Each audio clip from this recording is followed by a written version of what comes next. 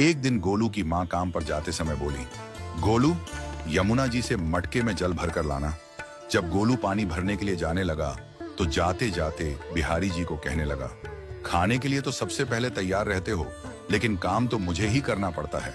अगर यहाँ रहना है तो काम करो। कहकर गोलू यमुना जी से जल भरने के लिए चल पड़ा। गोलू जब यमुना जी में जल भरने लगा तो उसने देखा कि यमुना जी के अंदर बिहारी जी विराजमान हैं और कह रहे हैं, ला गोलू, घड़ा हम भर देते हैं।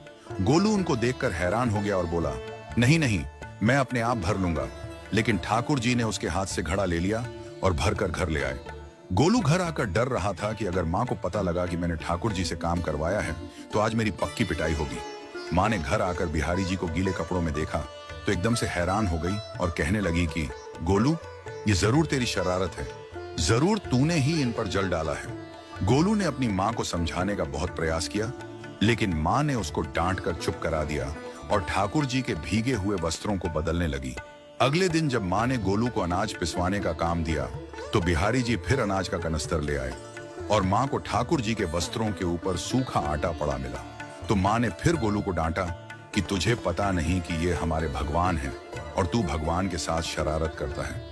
आज तूने फिर इनके ऊपर आटा फेंका है।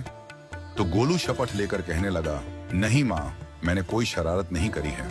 ये तो मेरे हाथ से गेहूं का कनस्तर लेकर खुद पिसवा कर आए हैं। गोलू की माँ आज बहुत गुस्सा हुई। अगले दिन फिर माँ बोली, बेटा गोलू, आज तुम्हारे बाबा बाहर गांव से वापस लौट आएंगे। बस आज का ही काम है, तुम जंगल से थोड़ी लकड़ियां ले आना।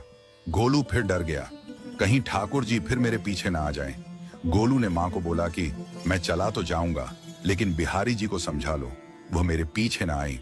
उसकी माँ हंसकर बोली, हाँ हाँ समझा दूंगी, तुम जाओ तो सही।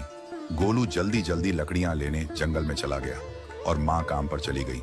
लेकिन उस दिन माँ काम से जल्दी वापस आ गई और देखा बिहारी जी अपनी चौकी पर विराजमान नहीं है। वह तो एकदम से घबरा गई कि कहीं गोलू की शरारत तो नहीं। वह भागी भागी जंगल की तरफ गई। तभी उसने देखा कि गोलू के साथ एक इंसान लकड़ियों को लेकर घर आ रहा है। गोलू की माँ यह देखकर हैरान हो गई कि यह तो बिहारी जी हैं।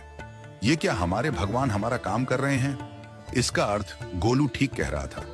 वह जल्दी जल्दी भागकर ठाकुर जी के पास गई और लकड़ियां उनके हाथ से लेते हुए उनके चरणों में गिरकर रोती हुई बोली, हे बिहारी जी, ये आप क्या कर रहे हो?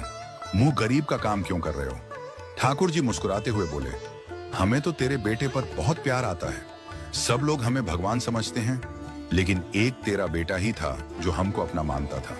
अपना मानकर वो हमें डांट भी देता था, हमारे साथ गुस्सा भी करता था, और जो हमें एक बार